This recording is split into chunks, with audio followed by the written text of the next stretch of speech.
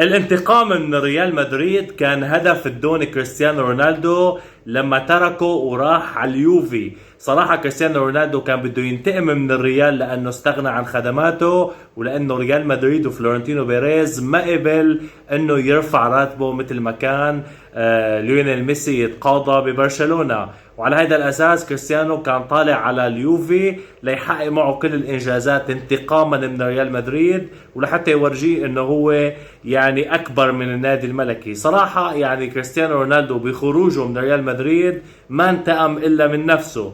أنا صراحة من أشد المعجبين بكريستيانو، وهو أسطورة كرة القدم بنظري، ما في حدا أبدا بيتقارن فيه. وإنما موضوع ومسألة خروجه من ريال مدريد هو الخسران الوحيد فيها، لأنه ريال مدريد المتجدد على مدار العصور وراح يبقى النادي الملكي الأول والنادي الأعظم بالعالم. أما كريستيانو رونالدو اللي عاش حالة من التدهور بمجرد خروجه من الريال، باليوفي وبمانشستر وهلأ بالنصر ما اعطوا حقه كما يجب اللي كان عم ياخدها لما كان بريال مدريد، خاصة وانه بمجرد خروجه من الريال انحرم من الكرة الذهبية وانعطت لمودريتش.